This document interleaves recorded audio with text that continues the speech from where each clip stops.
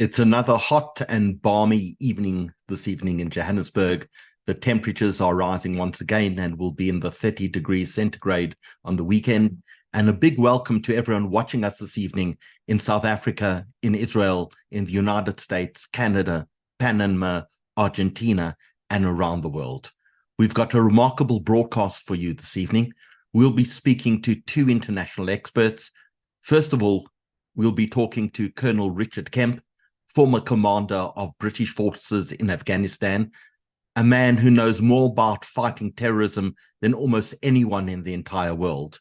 And we're also delighted that this evening we are joined by David Benjamin, former legal advisor to the Israel Defense Forces, an international expert on what is permitted and not permitted when it comes to warfare. So a big welcome to everyone who's watching us this evening. On controls this evening is Dylan Berger. Dylan, you can turn on your camera and say hello to everyone. We'll be broadcasting this evening across multiple channels. We'll be broadcasting on Zoom, on YouTube, and on Facebook. Dylan, you're on controls this evening. How are you doing? Yeah, good evening, Howard. Nice to see you again. It's nice to have a webinar. It's been a while. So it's good to be back on controls and you in the hot seat again. It's been a while, but of course we had Jewish Achiever Awards and we did a number of broadcasts for Jewish Achiever Awards. Watched now in excess of 40,000 people having watched Jewish Achiever Awards. So it's very nice after a little break to be back. But of course, the topic is never a nice topic. We're talking about war. And in war, people die and people get injured. And none of this is very pleasant at all. But it's been an enormously traumatic, I think, 8 weeks now. And it's time we start talking about the strategy and the tactics of war, and that's what we're going to be doing this evening. So we're going live at 8 p.m. We often do pre-chat just before we go live. But Dylan, I thought that we would show a video this evening in 10 minutes before we go live. Yuval Harari is probably one of the greatest thinkers and minds of our generation. So he recently was on a program talking about warfare, because he was the person who told us mere 4 years ago, he told us three things. Said there are three problems that the world has faced throughout its existence: warfare, famine, and disease. And he told us we had solved all three of them. And 4 years later, having gone through a period of COVID, Russia's invasion of Ukraine, Hamas's invasion of Israel, looks like that warfare isn't over either. And it also looks like poverty and hunger still plague the world as well. So was Yuval Noah Harari, the greatest mind of our generation, wrong? Or are we looking at things through a very different perspective? So I thought, just in the lead up, as people join us across YouTube, on Zoom, and on Facebook, in the lead up, thought I'd just play everyone 10 minutes of Yuval Harari. It's off a German broadcast, so you will see that some of the subtitles are in German. But we'll be back just a minute or two before 8 o'clock, and we'll start our webinar then. But if you haven't seen this, certainly worthwhile watching. So I'm going to turn off cameras, go on mute for a minute or two, and play you Yuval Noah.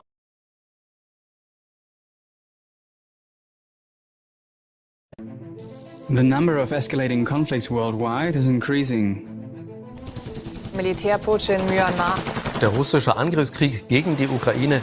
Im Sudan. Im westafrikanischen Niger. Au régime en place. Aserbaidschan. Wir befinden uns im Krieg, nicht in einer Operation, nicht im Gefecht, im Krieg. Even though 10 years ago the Israeli historian Yuval Noah Harari wrote, "Never before has peace been so prevalent that people could not even imagine war." In the early 21st century, largely thanks to the global liberal order, humanity has experienced the most peaceful and prosperous era in history. That era is now over. So, what changed since then?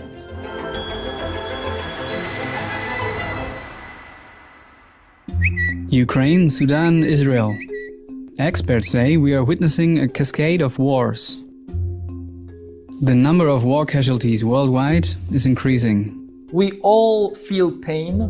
We all love our children, our spouses, our parents.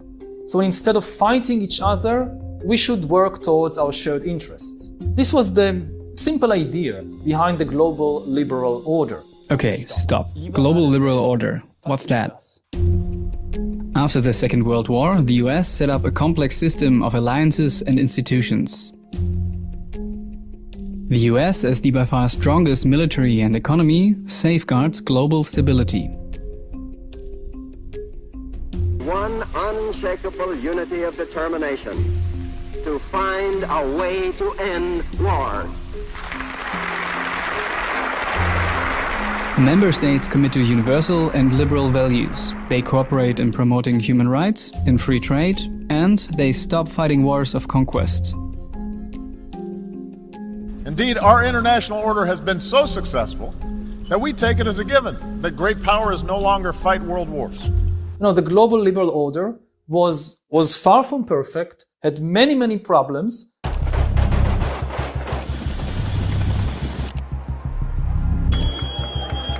And this order was attacked and destroyed. And when there is no order, what you get is disorder, chaos, violence, and it's spreading. The system isn't working anymore. But why? Two theories about that are all over the scientific debate: populism and polarity. The theory of polarity explains how many countries are powerful enough to influence world politics to their own desires. In a multipolar system, 3 or more countries are trying to achieve just that. On their own, they are in balance. Alliances can plunge the system into chaos. The consequence? The 30 Years' War, the 9 Years' War, the 7 Years' War, the Napoleonic Wars, World War I, World War II. In a bipolar system, 2 more or less equally powerful countries are facing each other, as during the Cold War. In theory, it's the most stable system. In reality, though, the bipolar order led to a whole array of proxy wars, as in Korea, Vietnam, and Afghanistan. Since the end of the Cold War, the US were the sole superpower in a unipolar system. Which brings us back to the present and the global liberal order. But, according to experts, this order has 3 fatal flaws. The invasions of Iraq and Afghanistan proved that not even the US military might can enforce sustainable regime change. Growing parts of the populations in Western democracies reacted with nationalism to refugees from North Africa and the Middle East. And the consequences of a globalized economy. While China rose, the US and Europe saw increasing job losses and income inequality. All 3 led to a rise in populism. How exactly does populism attack the world order? From this day forward, it's going to be only America first. America first. It's always about a strong leader who supposedly has to protect the nation from outsiders. To do so, civil society, the justice system and media need to be restricted. We have been ruled for close to 14 years by a populist strongman, Benjamin Netanyahu, who built his career on dividing the nation against itself. If you vote for populist strongmen to divide society and dismantle the state, this is the danger. That when you need the state most, they will no longer be there. The United States will withdraw from the Paris Climate Accord, from the Trans-Pacific Partnership, from the UN Human Rights Council. In the mind of populists, any global cooperation is almost like treason. Alright, we got the theories, but how does that explain the wars? The US are still the economic, technological and military powerhouse of the world. But are they still an uncontested unipolar power? Multipolare Welt. Multipolar. Many think we've already been living in a less stable, multipolar world for a long time. The trade influence of the EU, China's great power ambition, the potential of India's population, but also climate change and migration might be counted as a pole nowadays. We are definitely for many years no longer in a unipolar world. In some respects, the rise of new powers is not a bad thing. It's good if new powers like India, like Brazil, receive a greater say about world affairs. Now, if you have some alternative idea, you don't like the liberal order, you don't like liberal values, but you do have some alternative set of values and norms that is not true only for your country, that can serve as universal values for the whole human community, okay, let's hear the alternative. But simply to attack the universal liberal values and institutions without replacing them with anything, this is a recipe for a global disaster. Some argue that the Trump style of populism has shifted the attention of the US from a global to an inward focus. Further, that the war in Ukraine has distracted the United States from preventing other conflicts.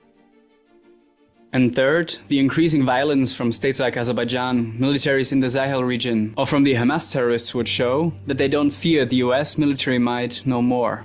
We are sliding back to the jungle. The global liberal order is in disarray, if not in collapse. It is replaced by chaos and violence. The international system is showing fragmentation. Free trade deals fail. Autocrats like Turkish Prime Minister Erdogan impede unity in NATO. Ve Hamas bir terör örgütü değil, topraklarını ve vatandaşlarını koruma mücadelesi. In the UN General Assembly, actual allies are not voting alongside each other anymore. Worldwide, indexes for globalization, free trade and democratization are stagnating or falling. The global liberal order seems to be less and less global, liberal and orderly. We control this planet not because individually we are so smart or so good, but because we know how to cooperate better than any other entity on the planet, better than chimpanzees or better than viruses. This is our secret of success. If we forget it on the level of a nation or on the level of the entire species, and fall into more and more internal and international conflicts, it's not just, the regional wars in the Middle East. It's the threat of a third world war. It's climate change and ecological collapse. It's the rise of disruptive technologies like artificial intelligence. We need global cooperation on that. If we cannot do that, then humanity has very little chance of surviving the challenges of the 21st century. Thank you.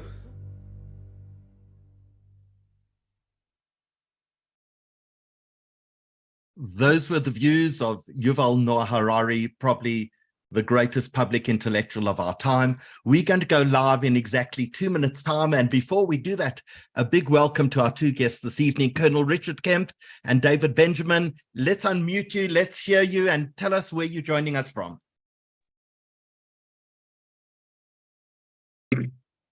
Richard, do I have to be differential? Are you Colonel or Richard this evening? You got to call me sir, I'm afraid. That's all I accept. I get called a lot worse things than either Colonel or Richard, but my name's Richard, but I'm joining you tonight from Israel, from Tel Aviv at the moment. Fantastic. A big welcome to you. And David Benjamin, I see you have a boat behind you. Are you next to the ocean? No, that's just a longing for distant oceans. I'm in Modi'in, not too far from the ocean. Wherever you are in Israel, you're close to the beach, I suppose. So you're about 15 minutes away from Richard, and it's been a tough day to be in that side of the world. There were a number of terrorist attacks today in Jerusalem. Richard, did you experience any of that or get affected by that at all? No, not this time. I wasn't in Jerusalem today. I was in Jerusalem yesterday, but I think everyone is affected in this country by something like that, particularly at a time when the country is effectively at war. And as I understand it, these were Hamas terrorists that carried out the attack. Don't take that as gospel, but that's the information I received. And David, on your side, you're joining us this evening. You're an expert in international law, and particularly international law as it affects the laws of war.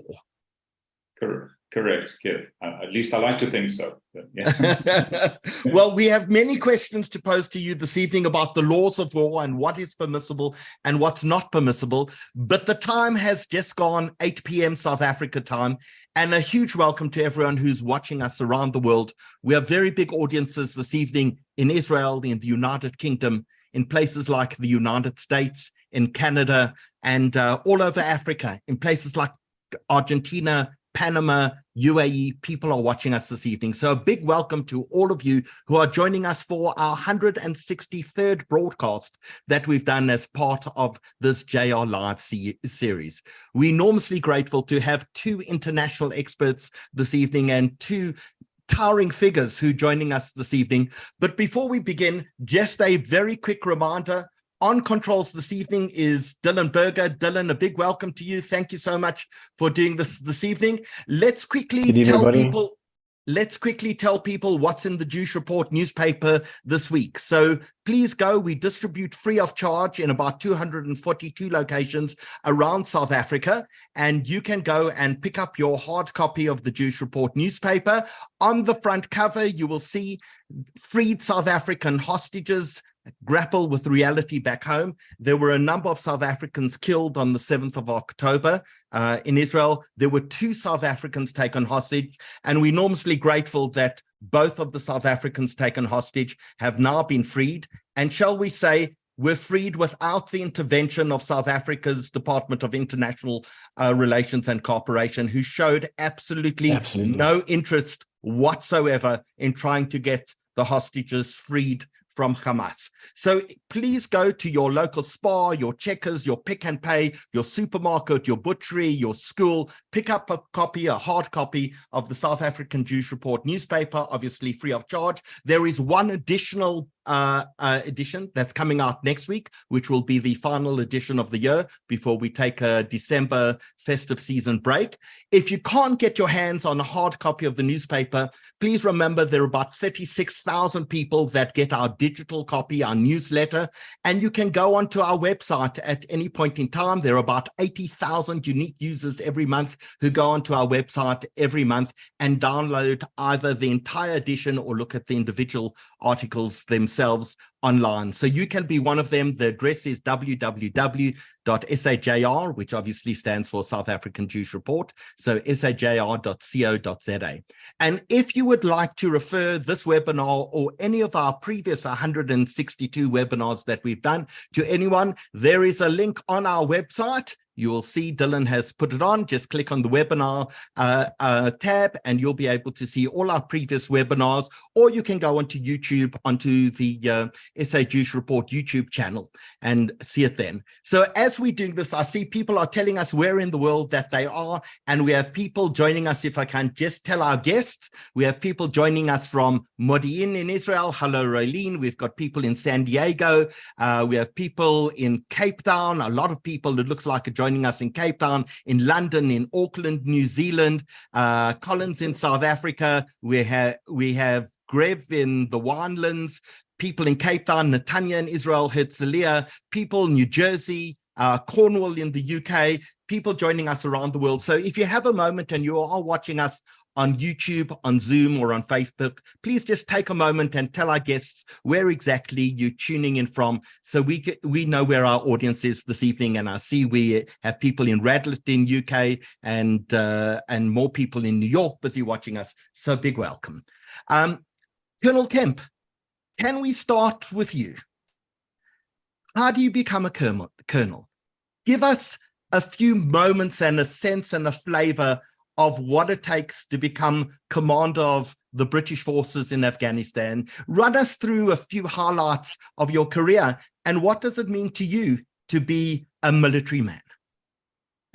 Well, to get promotion, like everywhere, you've got to say the right thing to the right people and bring an apple in for the teacher and things like that. But yeah, I mean, I left high school one day, joined the army the next. And I spent most of my career on operations fighting against the kind of terrorism that Israel is fighting against today, and that included about 7 operational tours of duty in Northern Ireland, where we fought a 30-year terror campaign there, And incidentally, the IRA and Palestinian terrorists frequently cooperated with each other in the past. And indeed, the remnants of the IRA today are vocally supporting Hamas in their terrorist attacks. And I'm talking about speaking, not necessarily participating. And I also fought in Afghanistan and in Iraq, in the Balkans, and pretty much everywhere the British Army served in. I didn't get to go to the Falkland Islands, unfortunately. I'd hoped to take part in that war, but I wasn't selected, so I missed out on that. I spent my last few years of my military service, about the last 5 or 6 years, working in the Prime Minister's office in the UK. And my role then was on international terrorism intelligence. And I worked for the COBRA Crisis Management Committee, which is kind of similar to the White House Situation Room in the UK, in the US. And in that time in particular, I became fairly closely associated with Israel and the Israeli government. I worked closely with the Mossad station in London, as well as with other national intelligence services such as the CIA. And I developed a very strong understanding, I think, of the IDF, how Israel fights and the challenges it faces. And since then, since I left the forces in particular, I've visited Israel very frequently, and I've been present for pretty much every Gaza conflict that's occurred over here. So I consider myself, I can use my my military experience of this type of operations, plus my knowledge of the IDF, to try and shed some light on the situation that's going on today, which obviously is only too often is misrepresented and lied about in so much of our media, as well as in places like the United Nations, the EU, and other international bodies. I've been to South Africa a few times. So I'm happy to say it was a great pleasure to do so. Looking forward, I haven't got another visit on my schedule, but looking forward at some point to return to meet the wonderful, particularly the wonderful Jewish community in South Africa, who I got to know pretty well. So, Colonel, give us a sense, because you were in Afghanistan, you were in Iraq, and you were fighting insurgencies in those theaters of operation. What is it like? Give us a sense if you're a soldier in that sort of environment. You know, for those of us who are far away from the conflict and have never had military careers, is it terrifying to be in that sort of environment? Or is a soldier's job well-trained, go do what you have to do, keep your head down and go ahead? What is it like to actually be an army officer in the field? Yeah, I think you're very well trained to deal with these situations, and when you're in the face of it, you don't have time, I don't think, to be frightened or terrified. Particularly if you're an officer commanding troops, you've got too much else to worry about. You know, in kind of emotional terms, at least, the dangers that you face, because like the IDF in Gaza, British Army in Afghanistan, Iraq, and Northern Ireland and elsewhere, the threat was constant, and it was from every direction. It's not like maybe a more conventional battlefield such as Ukraine, for example. And I was in Ukraine myself just before I came out here. I've been there a few times during the conflict, and that like the Second World War and other conventional wars, is a more linear conflict. The dangers, you know where the dangers are. You know who the enemy is because he's in uniform. Whereas, of course, in places like Afghanistan, Iraq, Gaza, you're facing people who are dressed as civilians, who are among the civilian population, and who it's very hard, unless they're actually shooting at you or carrying a gun, it's very hard to identify who the bad guys are from the, shall we say, not bad guys, not so bad guys. Because in most of these theaters, whether it's Gaza or Afghanistan, a lot of the local people do actually support the jihadists, the insurgents that are fighting against you. And they give them protection, they give them cover, they conceal them whenever necessary. But I think a common trait, there's a major difference between Gaza and, say, Afghanistan, and that is Gaza is a very small area. The IDF have unrivaled intelligence on the details of Gaza, who's where, what the where the enemy keeps its weapons, how the enemy operates, all of this, which allows them, I think, to be extremely good at differentiating between the civilian and the fighters. and being able to warn civilians. And I've always been astonished in a way to learn, as I've learned many times, that the IDF will make a phone call to people in residential apartment blocks that terrorists are present in and tell them that they're about to carry out an attack, warn them to get out, warn them, and then watch them get out before they actually carry out the strike. That sort of extreme care, which the IDF is known for by everybody who is prepared to listen to the truth, is something you can't achieve in a country like Afghanistan, where such vast areas, you tend to go in maybe to a certain area for a short time. You can't really get to know it very well. So that's one of the major differences. Commonalities are, I think, above all, that terrorists in Iraq, Afghanistan, Northern Ireland, anywhere that terrorists operate, they deliberately hide among the civilian population. They use them as human shields. In the case of Gaza in particular, they want the IDF to kill their civilians in order to be able to delegitimize Israel, to attract global vilification, isolation, and hatred against Israel, which they do very successfully. And they're, of course, more than happy and enthusiastic to use protected locations that are protected under international law, like schools, hospitals, mosques, etc., for fighting from and for storing weapons in, for acting as command centers. And that, of course, adds a layer of problems for the IDF, as it does for us when they use in other countries when they use that, which is that the world just sees a hospital. They don't see what's going on around the hospital, and only too often they don't believe it when the IDF says we've got to attack this location because it is a military objective.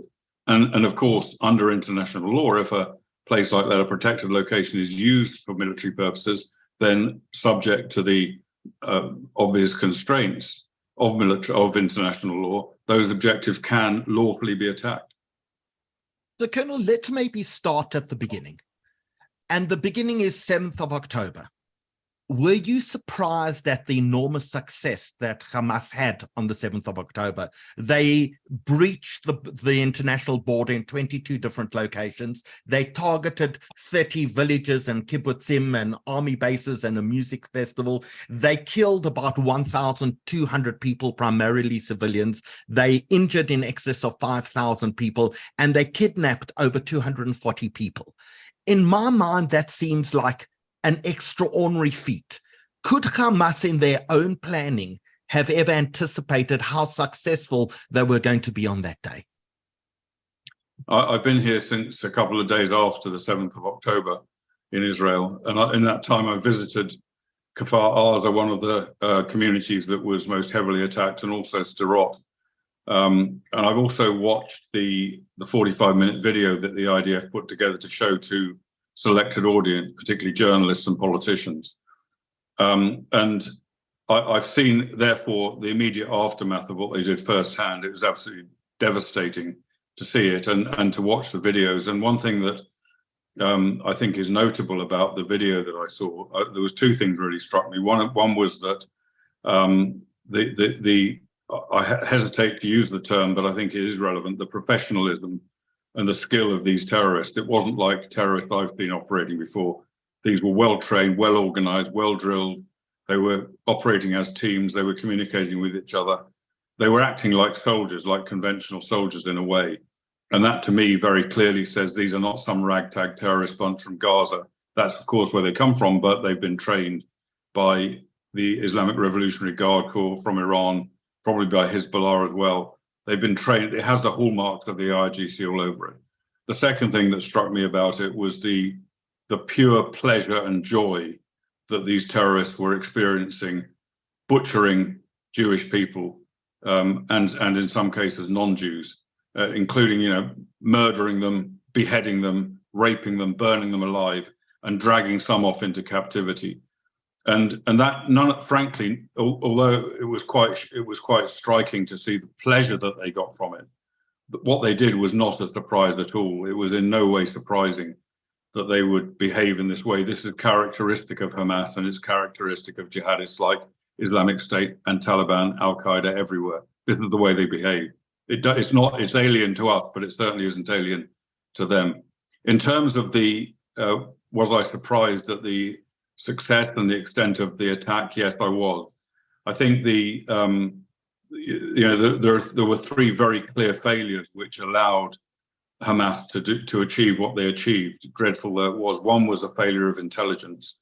Everyone knows about that. It will obviously be investigated and pored over as it should be in the future. Secondly, a failure of defense, because even if you do believe that, as I think the IDF did believe and the Israeli intelligence did believe, that Hamas does not have an immediate interest in attacking Israel, even if you believe that, but you know they've got the capability, then it's your duty to defend against that. And it wasn't done effectively. And thirdly, I think, was a failure of reaction. And it took the IDF a long time to actually deploy formed forces to come and react to the terrorists. When they did it with devastating effectiveness.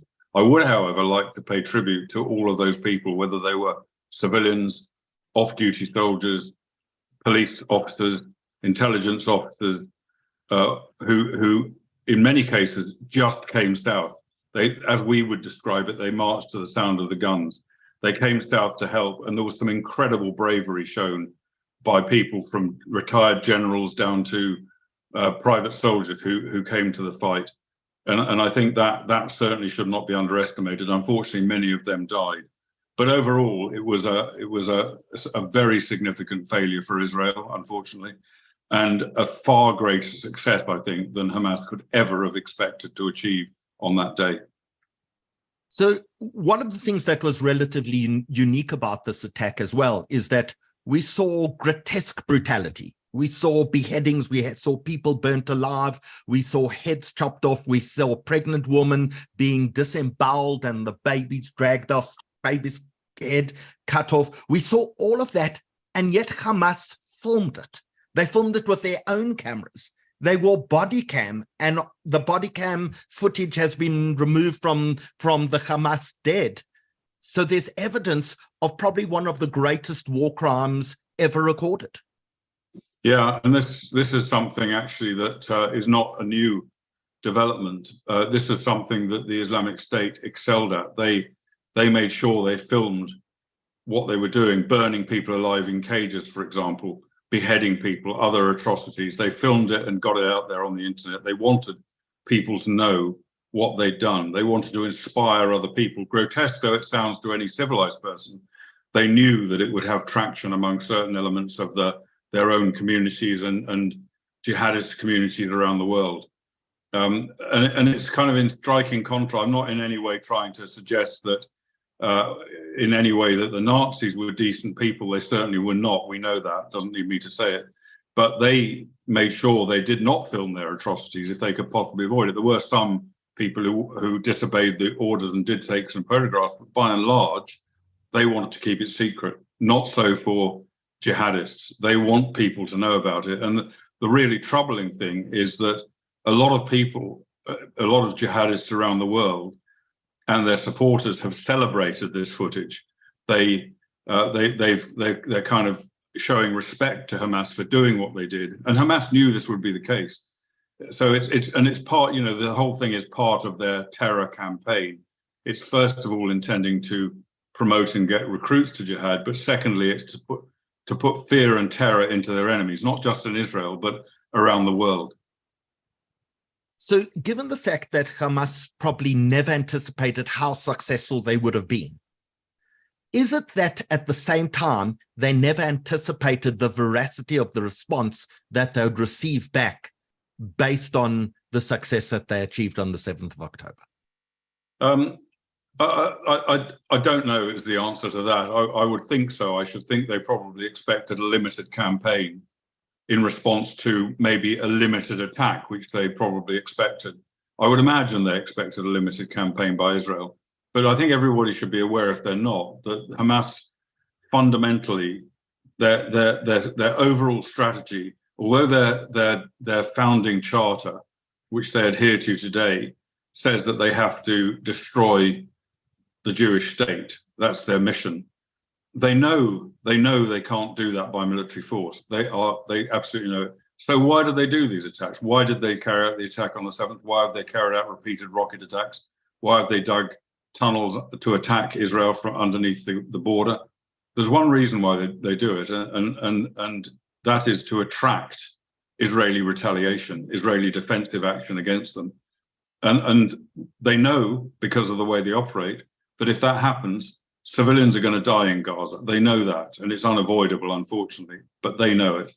And they want those civilians to die. They want as many civilians to die as possible, which sounds bizarre. And they're the only army in the history of the world that I'm aware of, maybe there are other examples, which wanted their enemies to kill their own civilian population. Most armies exist to protect the civilians.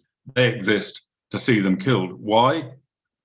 Because when the IDF carries out operations against Hamas or other terrorists in Gaza, and there are several groups, and kill innocent civilians, despite all the measures the IDF take, and we know how extensive they are, then Hamas use that, and their supporters use it, to delegitimize Israel, to vilify Israel, to isolate Israel in international bodies, in university campuses, in governments, in the United Nations in particular.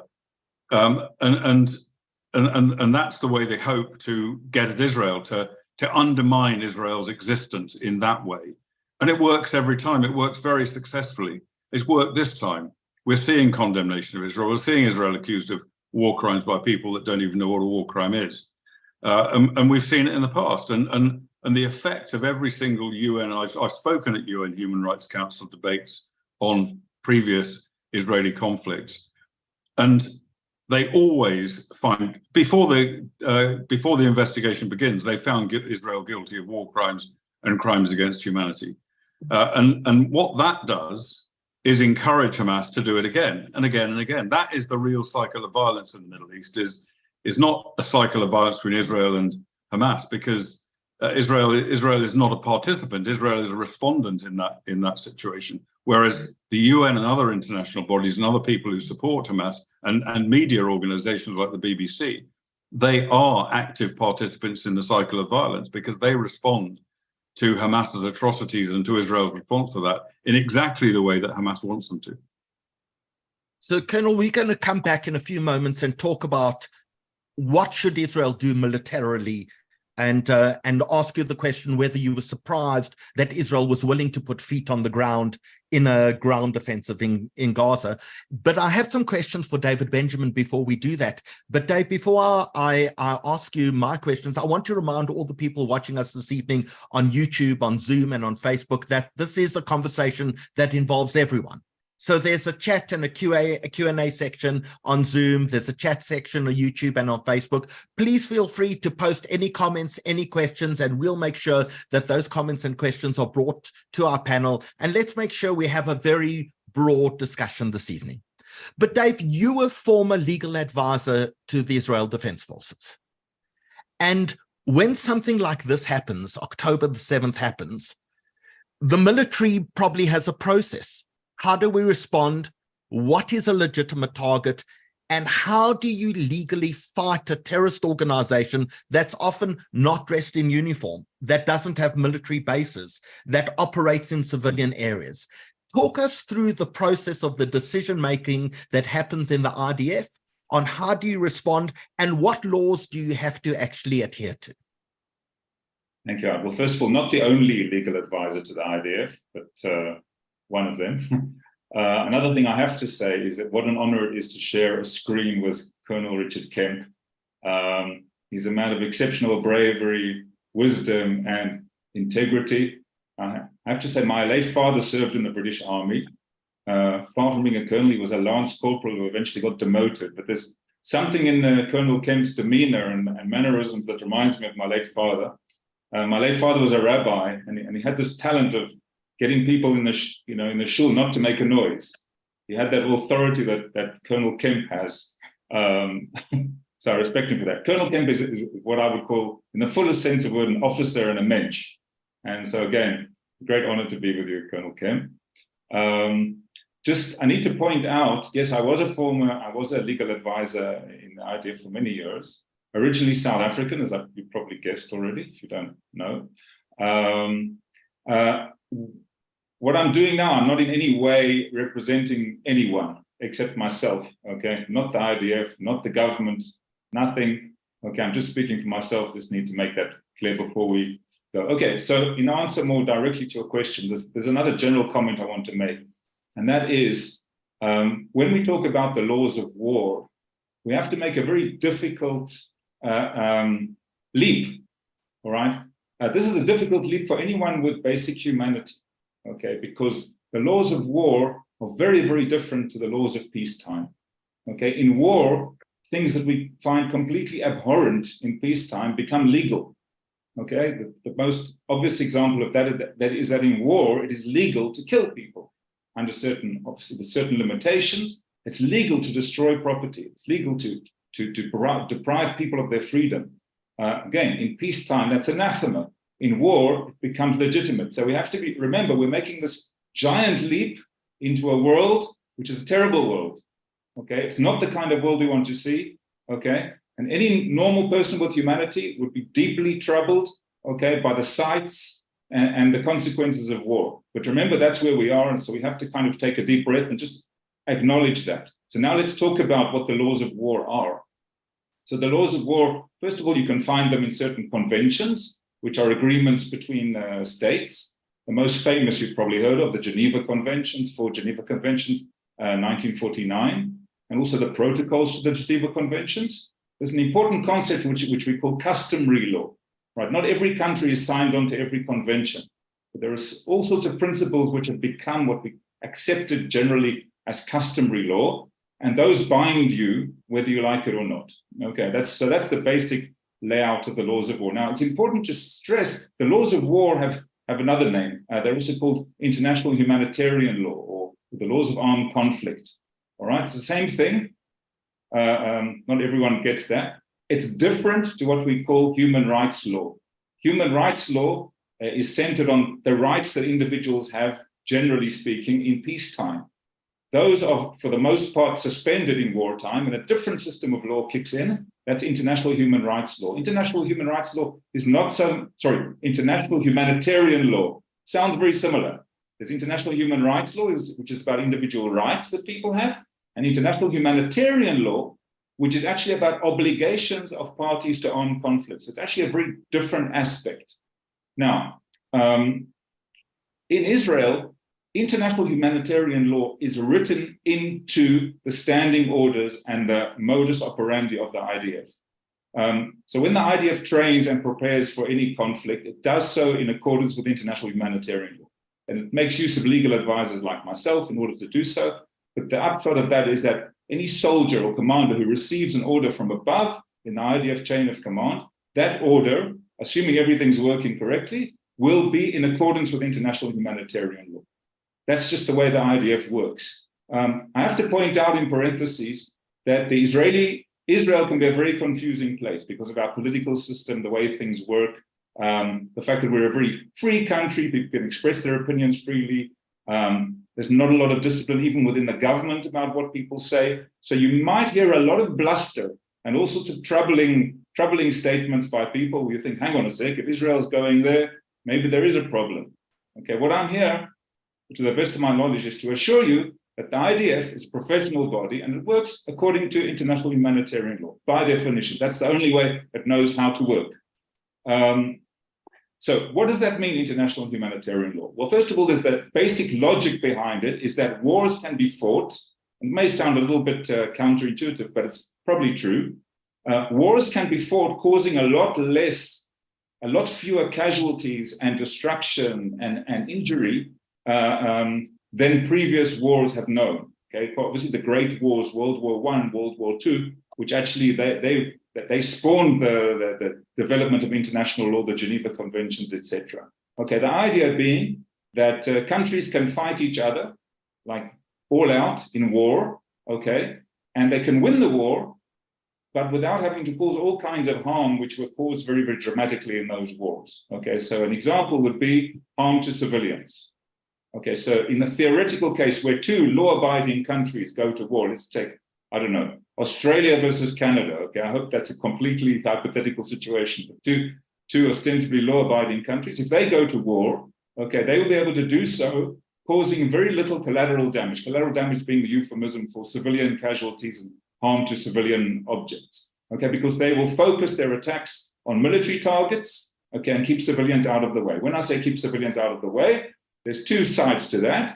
The one is that in your offensive operations, you only target military targets. That's a very, very important principle. And the other is in your defense, okay, you ensure that the civilians are well away from any of your military assets, so that even when you are attacked by an enemy, okay, your civilians won't be in danger. In fact, you're under a duty to do everything you can to protect your civilians. I can point out that in Israel, I mean, I don't think it needs a lot of explication, but Israel really does go out of its way to protect its own civilians. I can tell you now, for example, I live in Modi'in. It's not a place that suffers particularly from missile fire, but I have an app on my phone that rings every time a missile is coming towards me. If I'm in my car on the way, say to Tel Aviv, and a missile is coming, I'll get that warning on my phone, and I know that I need to take cover. Right? Every house here is built by law with a special fortified room or a bomb shelter where people can take shelter. So Israel really does go out of its way to ensure that all civilians are protected. And needless to say, any Israeli military asset that fires into Gaza or anything is far, far away from any civilian, so that even if there's counterfire, that won't endanger civilians. So that's the first most important principle. There's some other important principles, which, with your permission, now I'm on a roll, I'll go into.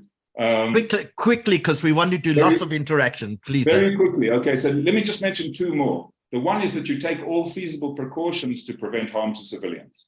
Okay, Colonel Kemp already outlined a great example of that is warning civilians in advance to the extent that you can. And Israel really has a very developed system of being able to do that. Yeah, it's not something you can take for granted. It's not something you're going to have in every theater of conflict. Obviously, you need everybody's cell phone numbers, right? That's not a trivial thing to have. Yeah, I'm not sure they had that in Afghanistan. Fortunately, we have it in Gaza.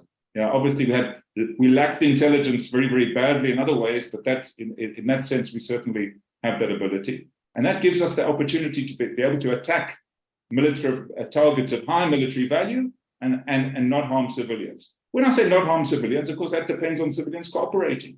So if we evacuate civilians from a certain area, okay, they need to evacuate. And we know Hamas often tries to prevent people from evacuating for the very reasons that Colonel Ken outlined, which serve their purpose, etc. But the idea is that you take precautions, all sorts of precautions, to use precise munitions. You time the attacks in such a way that they'll cause less civilian damage, etc. And another principle, which is really important, this one is perhaps causes the most confusion and it's thrown out all the time, is called proportionality, right? Attacks, military strikes have to be proportionate. What does that mean? Let's get this right. It's not about tit for tat. There's no quid pro quo principle. Okay, that's a myth. Okay, you need to put that aside. That's something from peacetime. It's not in wartime. In wartime, what does proportionality mean? It means that if you're going after a legitimate military target, you're allowed to attack a legitimate military target, something that you will achieve a military benefit by attacking it. You have to look at the anticipated harm to civilians, casualties or harm to civilian property or both. Okay, and the principle says that if that harm would be excessive in relation to the advantage, the military advantage of attacking the military target, then you must refrain from attacking.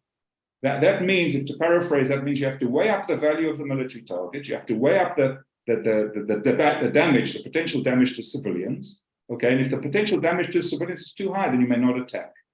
But what is implied there, and this is the most important thing to point out to people who are not familiar with the rules of war, and it's a difficult thing to stomach, but it's the truth. It means that in all sorts of circumstances, it is legitimate to attack a military target, even in the knowledge that it will cause harm to civilians. Okay, so you do everything you can, or you take all the precautions you can to avoid harm to civilians. But in certain circumstances, you may attack a military target, even when you know that civilians are likely to be harmed as a result. I'll leave it at that, but those are the important principles, the general guiding principles that need to be followed in a military conflict.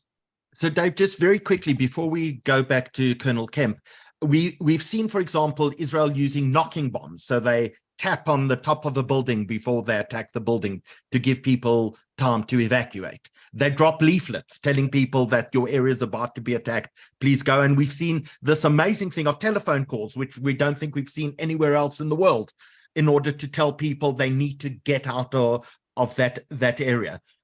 What happens when people don't go? What happens when civilians just refuse to move? Well, then you're left with the fallback position of whether the attack is proportionate or not. Okay, and it might be you're in a position where the attack is not proportionate.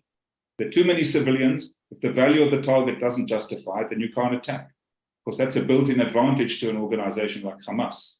But Israel's method, especially the methodology of warning in advance and firing a warning missile in advance, is actually quite effective. It's quite persuasive. But unfortunately, it's not always the case. You know, we tried. When I say we, you know, the Israeli military tried to evacuate. I mean, it has succeeded eventually, but it gave people several weeks to evacuate from the northern area of Gaza in order to somehow, you know, in a sense, level the playing field, get the civilians out the way, and then being able to engage Hamas directly. Not so much directly because Hamas is mostly underground, but still that was the object of doing so. So yes, you're left with a test of proportionality, and there can be situations where you just can't attack, where a target will actually be immune to attack because of the potential damage to civilians that could take place. So, Colonel, were you surprised that Israel in this instance didn't just attack from the air, but were willing to put hundreds of thousands of troops first on the border and then actually putting boots on the ground in Gaza? Did that come as a bit of a surprise to you? Because I'm told it surprised the American administration that Israel was willing to go that far. I have to say, I'd have been very surprised after the 7th of October if Israel hadn't done that, because it is unfortunately simply not possible to eliminate the threat from Hamas just from the air. Back in 2014, we saw Israel going into Gaza before, and that was a limited operation to make predominantly focused on destroying tunnels.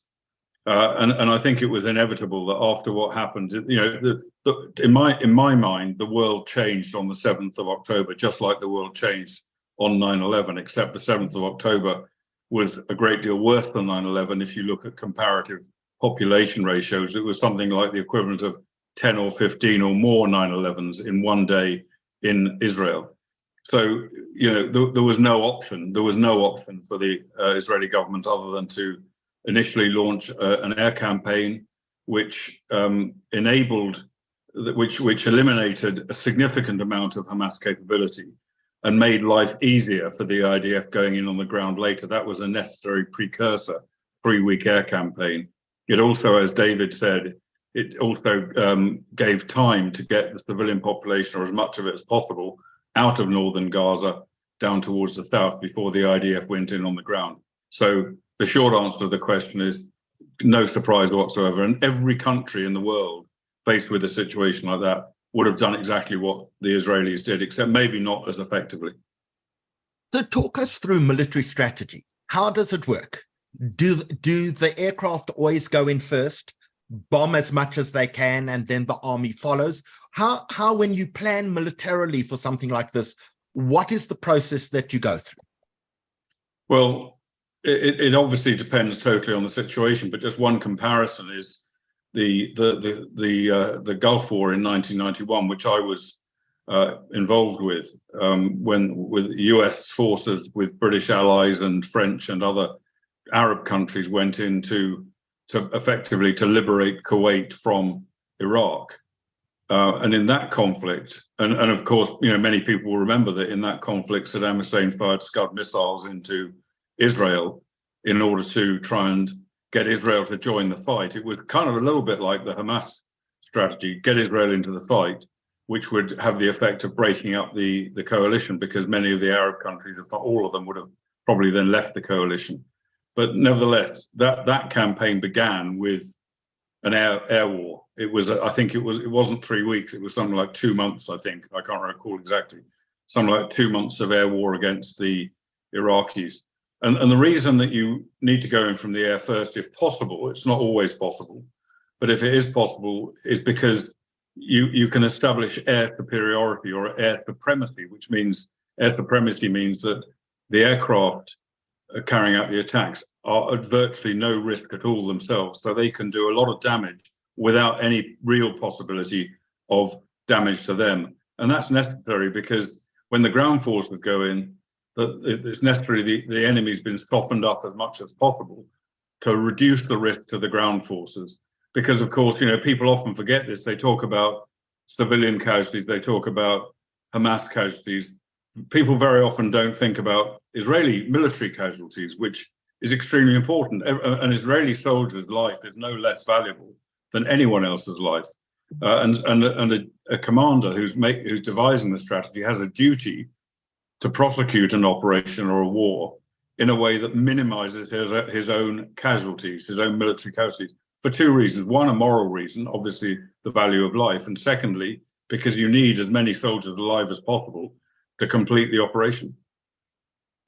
So, Colonel, one of the things that I was watching was an analysis that said all these tunnels under Gaza, what is often referred to as the Gaza Metro, work very effectively during times of peace. You can move people around, you can move weapons around, but at times of war, they're a disaster because you're trapped and you can't get out. What's your perspective on the Gaza Metro? Well, I've been into these tunnels underneath Gaza, and one thing that people ought to be aware of, they're not, is they're extremely well constructed. They're heavily protected. They have concrete walls, floor, ceilings, air conditioning, lighting, and they have the capability to store a lot of combat supplies. So they're very, very valuable. They're valuable in peacetime for initiating operations, but they're also very valuable in war, of course, because it enables terrorist commanders to shelter in safety. It enables terrorists to be moved around the Gaza Strip, let's say, to come up behind advancing IDF forces and attack them from the rear, that sort of movement.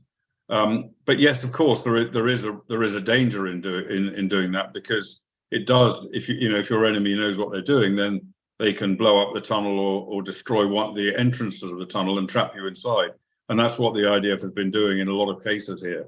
But it's and in fact, in the last, not the last, but a couple of rounds of fighting in Gaza ago, the IDF very successfully launched air attacks against one particular tunnel system and killed a very large number of terrorists inside that tunnel. So in some ways, it's a double-edged weapon, but it's their primary purpose is to be able to operate with relative safety when there's a conflict going on.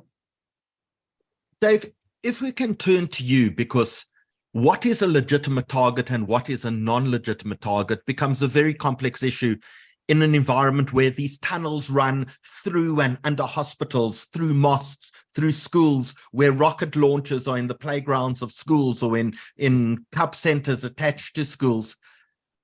What becomes a legitimate target? Or if a hospital has a tunnel and a command and control center underneath it, is the hospital now a legitimate military target? So the short answer is anything, any building or installation which serves a military purpose is a legitimate target, and whose destruction or partial destruction gives you a military benefit is a legitimate target. As you rightly say, the tactic of Hamas, there are very few targets which are, let's say, on the face of them look like military targets. Gaza, for the most part, if you look at Gaza from the outside, it's all civilian, right? All of Hamas's military hardware, its assets, its control centers, its weapons, it's all embedded in civilian areas. Not just buildings that look civilian, but buildings that actually function as civilian buildings, right? So they are in schools where kids actually study, or in hospitals where people actually get treated, or in mosques where people go to pray. Okay, or in residential buildings where people actually live. That's a typical modus operandi of Hamas. Of course, the challenge is, if you're the adversary of Hamas, right, how do you know where the targets are? Okay, and of course, the answer to that is that your intelligence gives you the answer to that, because there's nothing on the face of it, or very little on the face of it, looks like a military target. So it's a major intelligence challenge to even know where the targets are. There's an additional intelligence challenge to be able to make that call about whether an attack is proportionate or not. You have to also have an idea of how much collateral damage, how much damage to civilians is possible. So you really have two problems here. One is to know where the targets are, and also to know where the civilians are. Now, obviously, this is not a court of law, right? That you've got a limited amount of time as to how much you can spend on studying this and how much information you can gather. All right. So there are limitations to what you can get. I can tell you the IDF has pretty high threshold of certainty that it demands before a target is attacked. But that's the reality we're in. So the answer is anything that serves a military purpose for Hamas. But again, it doesn't actually matter if it's ostensibly a civilian building. That doesn't immunize it. Obviously, you have to have enough information, enough evidence that it is actually a legitimate military target. And that makes it harder. Maybe I just need to point something out, Howard, I should have mentioned before. I'm not sure if it goes without saying, but this is the challenge. The laws of war, okay, don't demand reciprocity. That is to say, if you're up against an adversary that does not respect the laws of war, it doesn't absolve you from obeying the laws of war. Okay, that's maybe unfair. Okay, but when I gave the example of Australia, Canada, right, both countries obeying the laws of war, you would actually find probably very limited damage to civilians, among other things, which would make it different. But when you have one law-abiding party, the state of Israel, coming up against a party, it breaks just about every possible law. If you go through a list of the laws of war, you'll find that Hamas breaks just about every single one of them. The reality is, okay, and that's accepted, and Israel has taken this upon itself willingly, okay, that Israel conducts itself in accordance with international humanitarian law, even though Hamas does not do so. So, Colonel, how's Israel done from a military perspective? Have they done better, worse? How has the campaign actually gone, and how has Hamas's campaign within Gaza gone? Well, I think the first thing I'd say is from my discussions with IDF commanders and also by my observation of what's going on the ground and from the media, the IDF have been extremely successful on the ground. And from the air, yes, very successful. On the ground, also extremely successful. And I think they achieved their objectives inside Gaza before the ceasefire occurred far faster than was anticipated, and also with greater success against Hamas terrorists and fewer IDF casualties. There have been quite a few IDF casualties, but not as many as I think were expected. So from all of those three angles, I think the IDF operations so far have been extremely successful. Another indicator of how successful they've been is that Hamas pressed for this ceasefire. Hamas was desperate to have this ceasefire, which has resulted happily in the release of, I think, something in the area of 80 hostages, maybe more by now. But for Hamas, it wasn't about releasing hostages, it was about getting themselves breathing space and buying time, because they needed time. They knew they were on the road to disaster. They knew that ultimately they would be annihilated. Not necessarily every single person killed, but they would be largely destroyed by the IDF if the IDF continued. And so they pushed for the ceasefire. And in pushing for the ceasefire and in subsequently drip feeding more hostages out, their hope and expectation, certainly hope, is that the ceasefire will go on and on and on. And I think that is the danger. Of course, it's incredibly good that so many hostages have been released, but the deal that Hamas struck was exceptional, I think, for Hamas, agreeing to the release of 3 convicted terrorists for every hostage released. It sounds like a very bad deal, and it is, but it was nothing like the kind of deal Hamas normally drives for. For example, when Gilad Shalit was released a few years back, 1,027 Hamas terrorists were released in exchange for 1 IDF soldier. That's what the kind of level they're normally looking for. The fact they were prepared to accept this ceasefire terms shows their desperation, shows how problematic this situation is for them. My fear now is, and it's a horrible thing to say in a way for any decent person, but my fear now is that the ceasefire will go on indefinitely, and that the United States will pressure Israel to not resume fighting. Now, I hope that doesn't happen, and the reason I hope it doesn't happen is not because I want to see more civilians killed, but I don't want to see Hamas survive, because then if the IDF does not resume its fighting, Hamas remains as the threat. Hamas has won effectively. They've been badly damaged, but they're still a threat. And that's not just a threat to Israel, but it's a threat to the world, because a victory for Hamas, which it would be portrayed as, is an inspiration and an encouragement to jihadists everywhere, just as the Islamic State, when it was in its heyday and gaining territory and gaining successes, inspired jihadists to attack in the UK, in the US, in other countries around the world, and that's the effect that would have. That would be that would be the effect of Israel not resuming hostilities. I've no doubt that the Prime Minister, the government, want to resume hostilities. The Prime Minister said so today, but he's under great pressure from the President of the United States, who wants this war ended, and I hope he can withstand that pressure. Were you surprised that, in fact, the Israeli army were only able to rescue one hostage? They got one hostage and ultimately two bodies that they managed to retrieve. In my mind, they would have had sufficient intelligence to be able to locate hostages, get more out without a ceasefire having taken place. Has it surprised you that, in fact, they didn't know where the hostages were? Well, let's say that the only reason that 80 or whatever number it is hostages have been released now is because of the IDF military action that forced Hamas to release these hostages. So they have in effect achieved that. But you're right to say that it's been achieved only by a ceasefire.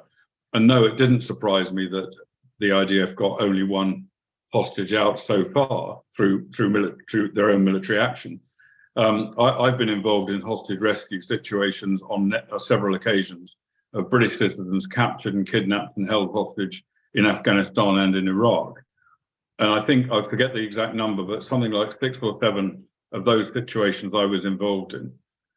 Each of them a great deal easier than this situation because they involved in each case only 1 or 2 hostages. So much, much more straightforward in a way. But of those 6 or 7, whatever it was, I think only 1 was successful. These are terribly difficult operations to carry out because you have to remember that the enemy, Hamas in this case, knows that the IDF will try and rescue the hostage. Therefore, they will make sure they're in a place that it's very hard to find them. They keep it very secure in information terms. They make it very secure in defensive terms. They will rig the place with explosives. They will have booby traps ready. They will have armed terrorists ready. They will have a gun to the head of the hostages so that if a rescue operation begins, the hostage is the first person to die. And it's incredibly difficult to achieve success in that situation, particularly with this very large number of hostages.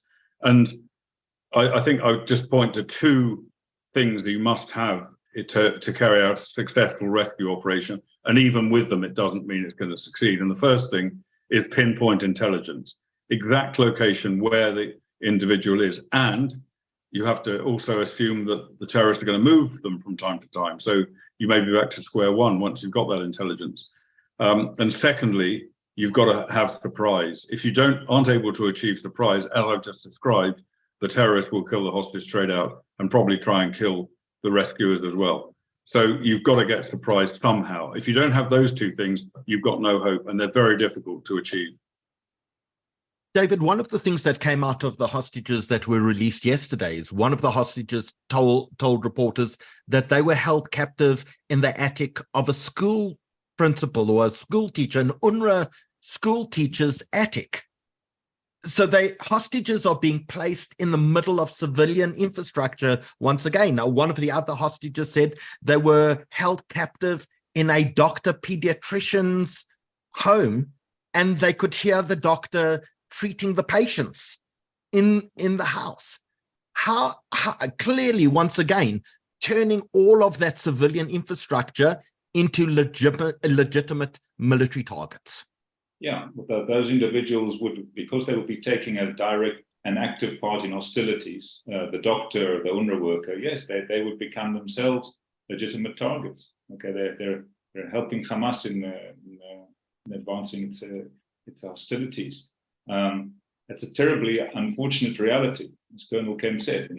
When Hamas, they certainly wear their uniforms on parade, but often when it comes to actually engaging the IDF, they show up in civilian clothes, or if they can, they get hold of IDF uniforms. Both, by the way, are war crimes, both of those. But yeah, as I said, they break just about every rule in the rule book. They seem to think it's their right, being the underdog somehow allows them to do what they like.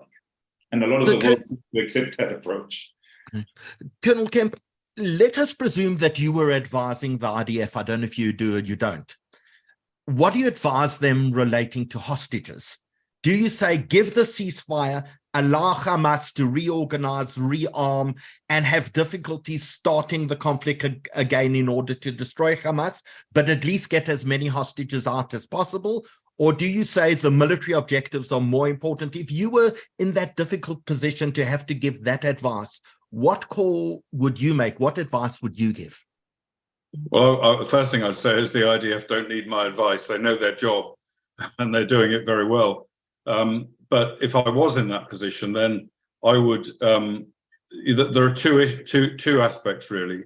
And the first one is purely military. And of course, it's a disadvantage to any military force to cease fighting when you've got a roll on, when you've gained momentum. It's going to be a disadvantage. It's going to give the enemy advantages that you don't want to give them. But there's then the respect and the absolute determination to rescue those hostages. That has to be taken into account. It's much more of a political decision than a military decision, I think, that particular one.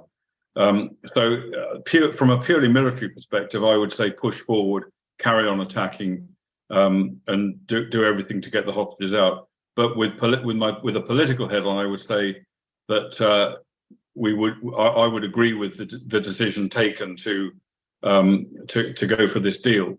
I think the real risk in this is that is not that Hamas gets advantage. Hamas will get tactical advantage in this. There's no doubt. On the ground, they will get some, but I think that tactical advantage is going to be relatively marginal. It's going to be relevant. IDF soldiers might die as a result of it, but it's going to be relatively marginal in the overall picture.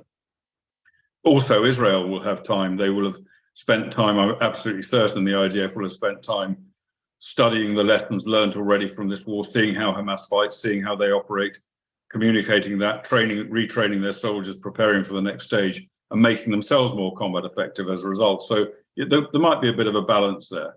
But I think that overall, in overall political and military terms, I would do what Israel has done. But I mentioned before, it is extremely important that the Israeli government does not allow itself now to be pressured by the United States into not continuing to prosecute the war. So is Hamas capable of being defeated? Realistically, I mean, one can go in, one can destroy much of the military, one can break their tunnel infrastructure substantially. Is Hamas as an enemy capable of physically being defeated? Yeah, any enemy is, as long as you've got the military power and the political will to go to the end. And there are three real ways, I think, in which Hamas can be defeated. One is by killing as many of them as possible and destroying their combat capabilities, their equipment. Secondly, by terrifying them, shall we say, into leaving. And I'm sure some of the leaders of Hamas have already left the Gaza Strip. Others will do so. Get them out, get them away. They want to live to fight another day. Let them go somewhere else. Okay, that doesn't remove them as a problem, but it's not the immediate problem. And thirdly, to convince them through absolute military violence that their cause is lost, that they can no longer operate, that they lay down their weapons, they melt back into the civilian population. Again, that's not the problem solved, but you're not going to kill every one of them. And so you have to accept that some are going to get away, some are going to kind of just disappear, give up fighting, and you've achieved your immediate objective. Of course, they will re-emerge either as Hamas or as something else. They will re-emerge. The population in Gaza that Hamas come from, in the overwhelming majority of cases, absolutely opposed to Israel, and coming up from that population will be more Hamas equivalents. The other dimension to consider is the leadership of Hamas. Hamas have leaders in Qatar, they have leaders in Turkey and in Lebanon, and they have a lot of fighters in Lebanon. They have quite a lot of fighters in Judea and Samaria as well. So those people have to be dealt with. Now, I think, I wouldn't want to suggest or advise to the Israeli government how it goes about that, particularly the leadership in Qatar. But I think there is maybe an indication from the reaction of Israel after the Munich Olympic massacre in '72, when Mossad hunted down and killed the vast majority of those terrorists that were responsible for that massacre. And I would expect something similar to proceed over, perhaps over a number of years after this conflict is finished. One of the things that we did see was the Americans moved aircraft carriers, entire massive amounts of military equipment into the Mediterranean and also into the Red Sea. What was that about? Why is there such a presence of American armed forces off the coast of Israel, off the coast of Lebanon, and in the Red Sea at the moment? Well, I think those two American carrier strike groups, one in the Eastern Mediterranean, one in the Red Sea, were deployed there for two reasons. One, to deter Iran. Of course, Iran is behind this whole thing, as I intimated before. The IRGC and other elements of the Iranian government using their proxies in Gaza, in Lebanon, in Syria, in Yemen, and elsewhere, in Iraq and elsewhere. And it was these carrier strike groups were there to deter Iran. And of course, the one in the Eastern Mediterranean was there to deter Hezbollah, an Iranian proxy that has 15,000 missiles and a very large number of ground forces as well. But secondly, they were there, I think, to deter Israel. And I don't mean deter in the same way by threatening Israel with military force, but I think to give Israel the impression, the understanding that America would do the dirty work if that was necessary, or would at least help do the dirty work. I don't believe they will, but I think that was part of it to shall we say, rather than deter, let's say discourage Israel from carrying out an attack in the north on Hezbollah, or indeed directly on Iran, which Iran deserves to be attacked, frankly. I'm not necessarily advocating it, but Iran is the real enemy here and will remain the real enemy, whether Hamas is destroyed or not. So Johnny, in fact, asked us about some of these other fringe groups, things like Islamic Jihad. Are they relevant in the battle, in the conflict at the moment in Gaza? Yeah, Islamic Jihad is the second biggest terrorist group in Gaza, and they were involved in the 7th of October massacre, as indeed was a Fatah element from Mahmoud Abbas's Fatah organization, the Al-Aqsa Martyrs Brigade. They had terrorists that took part in the 7th of October operation. So Mahmoud Abbas did not have clean hands either in this war. But they're a significant element. They've been involved in fighting. They've been involved in firing rockets at Israel. And of course, let's not forget, it was an Islamic Jihad rocket that dropped short and landed in the parking lot of the Al-Ali hospital, killing a number of people, for which Israel was blamed by people like CNN and the BBC immediately without any evidence or thought. So yeah, Islamic Jihad and other groups like the PFLP in Gaza as well. All of these groups will be taking part in the fighting. I feel compelled, seeing you mentioned the BBC. There have been a number of people who've posed questions about the BBC coverage of the entire war, the failure to call Hamas a terrorist organization, and a lot of very biased, personalized reporting that's taken place. What's your perspective of the BBC? Well, if I say the Simon Wiesenthal Center, which is a well-known Jewish organization based in the United States, the Simon Wiesenthal Center, I think it was 2 or 3 years ago, named the BBC as number 2 or number 3 anti-Semitic organization in the world, just behind Iran. So that tells you what you need to know about the BBC.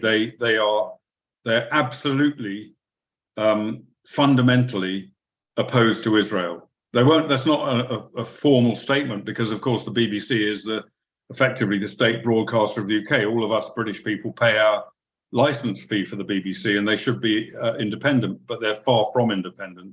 They're not the only offender. They're not the only one that slants every single report they do against Israel. Sky News is another very virulent example. But I should make one point. I myself am a human shield for the BBC. For the last 10 or so years, the BBC have not allowed me to speak about Israel. I speak on the BBC frequently on Afghanistan, Iraq, the Ukraine war, various other conflicts, any other conflict, but never allowed to talk about Israel because they know that my opinions will go against their anti-Israel agenda. But But that's for 10 years. I've not been allowed to do it. A couple of weeks into this campaign, about 3 weeks into the campaign, I received a phone call from the BBC. Will you come and do an interview on the news channel on Israel? I thought, what the hell is this about? And then I realized it was after the Al Ali hospital debacle, in which the BBC accused Israel and was proved to be lying about it effectively. And they wanted to show how broad they were, how they took into account all views. And so they even had this extremist here talking on the BBC. And since then, I've done about 3 or 4 other interviews on the BBC. You're a good human shield. Colonel, we've got a lot of questions for David Benjamin about South Africa and South Africa's approach, and we are going to get to that because South Africa has laid charges against Prime Minister Netanyahu at the International Criminal Court. Our president, in all his great wisdom, called what was happening in Gaza genocide, a Holocaust of Palestinians, and described Gaza as a concentration camp. So we're going to discuss all of that with David Benjamin in a second. But there are some more military questions that I'd love to ask you, if I may. The first is about Iran, and Michael on YouTube has specifically wanted to know the role of Iran in all of this, and how does the world react? How should the world react? Well, Iran is the Ayatollahs. I like. Can you pass that wine over here, Howard? I wouldn't mind. Coke Zero, I'm afraid, but okay. But I'm happy to have a tequila with you afterwards. You can keep the Coke Zero. I was hoping for a drop of South African wine. Come visit. Yeah. I'll promise you a case on a wine farm. Thank you very much. I mean, Iran. The supreme leader of Iran many times, and other senior people in the Iranian government, have made it clear they intend to destroy Israel. That's one of their primary objectives. Death to Israel, death to the UK as well, by the way. And I think anyone who, particularly after the 7th of October, but actually before that as well, anybody who doubts their seriousness needs to examine their own head, because you have to assume if they're saying that, that's what they mean to do. And of course, one of the greatest fears is that they will acquire, as they're well on the way to, will acquire nuclear weapons to use against Israel, as well as maybe their other enemies in the region, like Saudi Arabia. But meanwhile, they have a very, very effective proxy network all around the Middle East, in Lebanon, in Syria, inside Judea and Samaria, in Gaza, in Iraq, and numerous other countries, many of which are dedicated against Israel.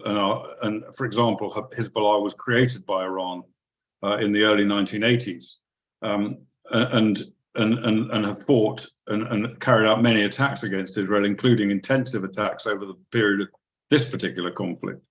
And that's how they generally operate. They'll use proxies. The real problem, I think, and the question about how the West reacts. Well, I believe that the appeasement of Iran, which we've seen from the Biden administration since it took office, including, for example, categorizing the Houthis, an Iranian proxy, decategorizing them as a terrorist organization. They've carried out several attempted attacks against Israel since the war began. But the US government, with its helpful allies in Europe, including the UK, have just appeased Iran. They've allowed Iran to get away with numerous attacks against US forces in Iraq and in Syria without any serious response. They've allowed Iran proxies to get away with attacks against Saudi Arabia and the UAE without any serious response, all of which is intended to follow Barack Obama's policy of coming to a nuclear deal with Iran, which of course would not be worth the paper it's written on, and is in fact a nuclear pathway for Iran, but is portrayed as a nuclear deal. And that appeasement has included unfreezing of vast sums of frozen assets made available to Iran, giving Iran vast amounts of money separate to that, and generally encouraging Iran. And all of that money, of course, although those people who facilitated in the US deny that it's used for that, but all that money is available and used to fund some of these Iranian proxies that attack Israel and attack the US itself. So it's a very messy and difficult situation. But until the US and the West get to grips with the fact that Iran is the real enemy here, I think we're going to see continued aggression against Iran. It needs to be stopped. And let's not forget, it's not just against the Middle East. Iran has proxies in Europe.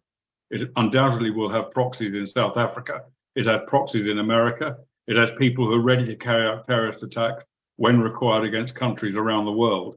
And of course, it has supplied the Russian army with a large number of attack drones to attack Ukrainian civilians. And I've been in Kiev, for example, when drones have been fired, attack drones have been fired at Kiev with the deliberate intention of attacking innocent civilians. It's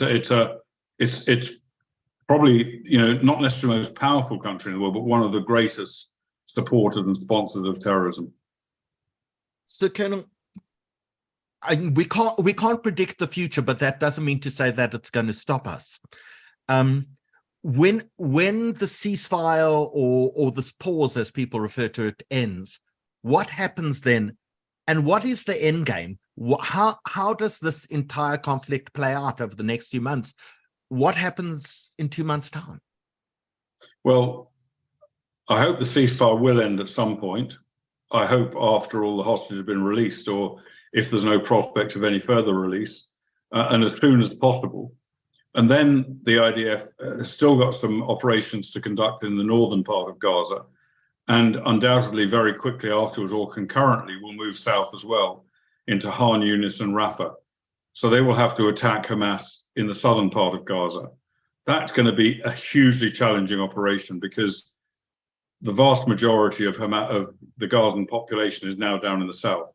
Israel has identified a safe area in the southwest of Gaza, small area by the sea, in which civilians have been encouraged already by the IDF to leave places like Khan Yunis and head for this area in the southwest.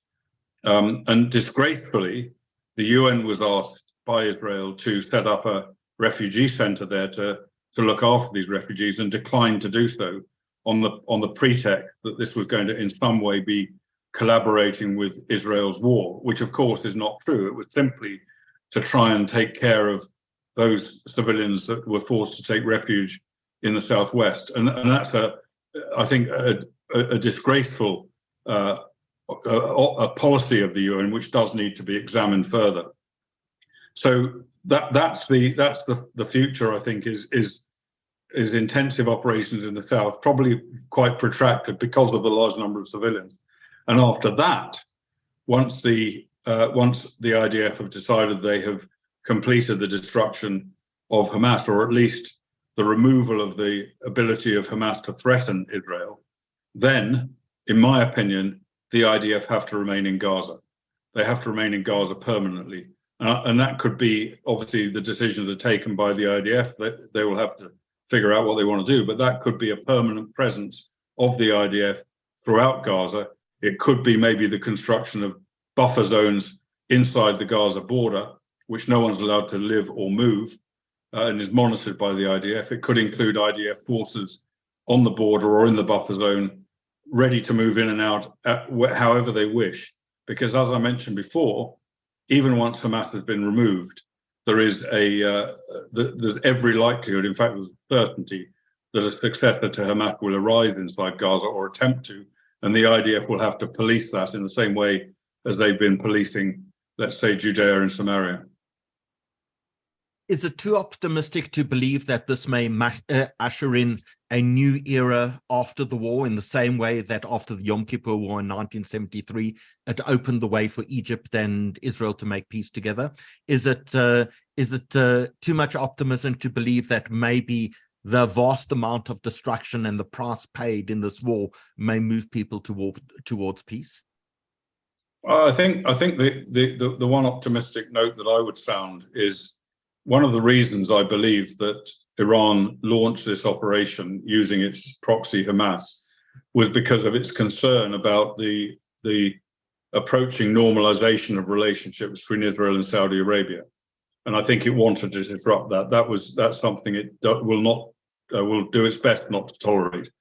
I do think contrary to what many people's opinion is, I do think that it is quite probable that normalization will go ahead after this war is over.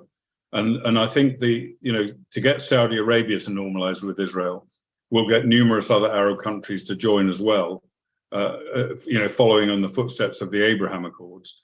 And I think that could, the reason I say this is because Saudi Arabia, Egypt, Jordan, UAE, pretty much every other Arab country wants Israel to defeat Hamas. They want Israel to destroy Hamas. They know that the Hamas ideology, part of the Muslim Brotherhood, threatens their own countries, and they want to see Israel eliminated. Despite what they might say publicly, they'll give different messages publicly, as always. But that's what they really want. And they want a strong Israel. They want a strong Israel as a bulwark against Iran, which is opposed to most of them as well. So I think that's the kind of glimmer of hope, which might, in time, and it's not going to be a short time, but the normalization between Israel and more Arab countries, I think, will help towards isolating the Palestinian people, the Palestinian agenda. And don't forget that the Palestinian Authority, Fatah, have the same agenda as Hamas, the elimination of Israel. They're not interested in a two-state solution. They're interested only in getting rid of Israel. They have different means. They don't necessarily say it in English anyway, publicly, but that's their intention. And I think it's really important that that whole movement is isolated from the rest of the Arab world, which may possibly encourage them to look for a different path. Colonel, I don't know what your time is like this evening. We have a few more questions for David. I don't know if you have time to stay with us, but if you want to hop off and go get some rest before tomorrow, you're more than welcome to do that as well. But it has been such an honor and privilege to have you on this broadcast this evening, and you've answered so many of the questions that members of the audience have posed. So if you're willing to and able to stay with us, please feel free to do that. If you do need to hop off, we absolutely understand that as well. Thank you. It's been a tremendous pleasure, Howard, to speak to you, even though I can't see your other viewers, but it's been really good, and thank you for inviting me on. And I will stay listening to David for as long as I possibly can, because whenever I hear him speak, I always learn a great deal from him. So Dave, just before we do, but I'm going to show a 5-minute video because I think it's one of the best videos I've ever seen on the concept of asymmetric warfare. And as we show it, I'm just going to ask the people who are watching us, and we literally have thousands and thousands of people across all the channels. We have over 6,000 people who are busy watching us live at the moment.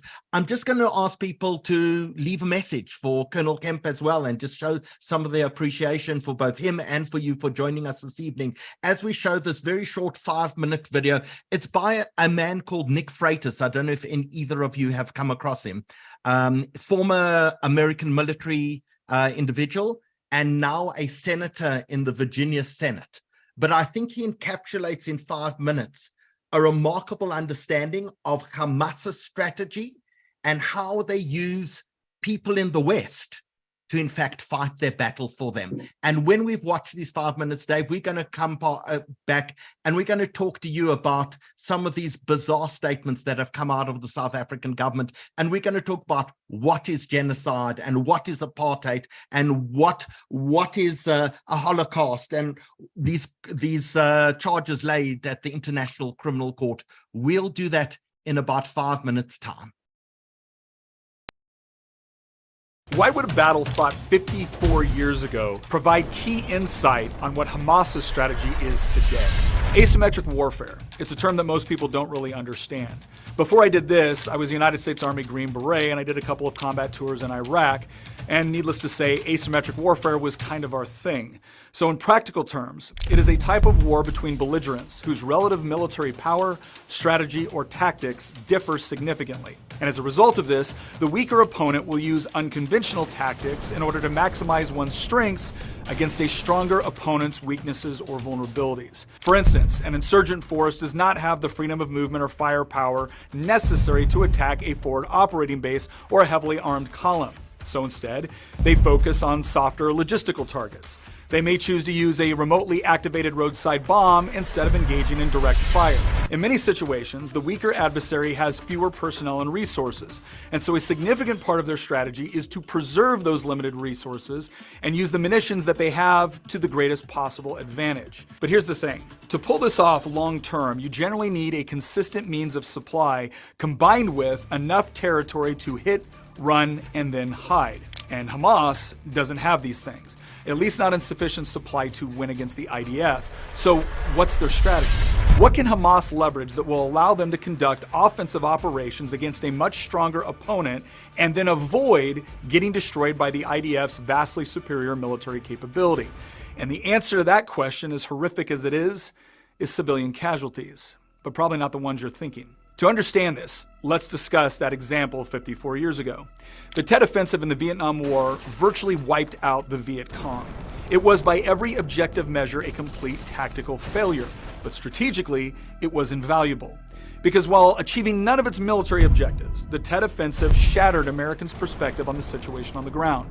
Opponents of the war were able to effectively use the offensive as a demonstration of the futility of American involvement. Hollywood, academia, and many in the mainstream media went to work convincing the American people that the war couldn't be won, or perhaps just shouldn't even be fought. And in a representative government, when the electorate decides that a war is lost, it is, regardless of the situation on the ground. Now, understand something. I'm not making an argument for the pros or cons of fighting the Vietnam War. I'm merely illustrating a point about modern asymmetric warfare. The lesson of the Tet Offensive is when fighting the West, you don't defeat their military. You win their electorate. And the way to do that is through the institutions which shape culture in the West, namely Hollywood, the media, and academia. If Hamas had decided to engage in a conventional military attack directed at only legitimate military targets, the IDF would have effectively destroyed their warfighting capability within days, and Hamas knows it. So they engaged in asymmetric strategy. Once we understand this, their actions on October 7th, as horrific as they are, begin to make more sense. Hamas didn't just target civilians because they were easy targets or because they despised Jews, although both of those things are true. The attack and the subsequent taking of hostages was actually designed to elicit a major response from the IDF. But why? Well, maybe it's because to achieve their strategic objectives, Hamas needs civilian casualties. And more specifically, they need Palestinian civilian casualties. And this is why. The two entities in this conflict that lose the most from a greater peace agreement in the Middle East are Iran and the terrorist organizations they support.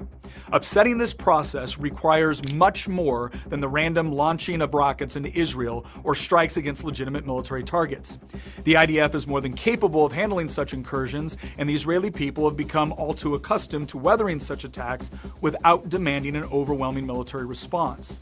Something more significant was required, and October 7th created the kind of conditions that demanded a significant and sustained response. They needed something so obscene that Israel would have no choice but to hit back hard. And this is where the second component of Hamas's strategy plays out: how to get Palestinian casualties. Any government actually worried about civilian casualties dedicates resources to evacuating their own civilians from hostile areas and attempts to separate the civilian population from legitimate military targets. So what conclusion should we come to when a governing body decides to do the exact opposite?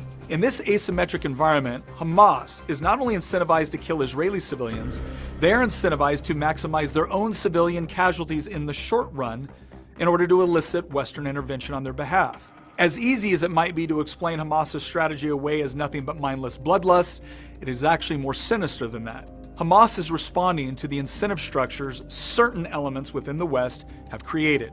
Hamas understands that the real battlefield is not in Gaza, but in the streets, university halls, and newsrooms of the West. And so that is their target.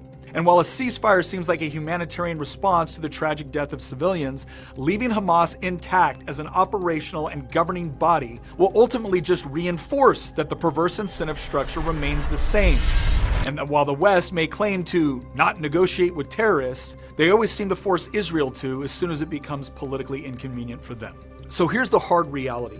If you actually want to achieve anything resembling a lasting peace in this part of the world, you're never going to achieve it by creating conditions where terrorists are incentivized to hurt both the civilians of their enemies and their own in order to achieve their political objectives.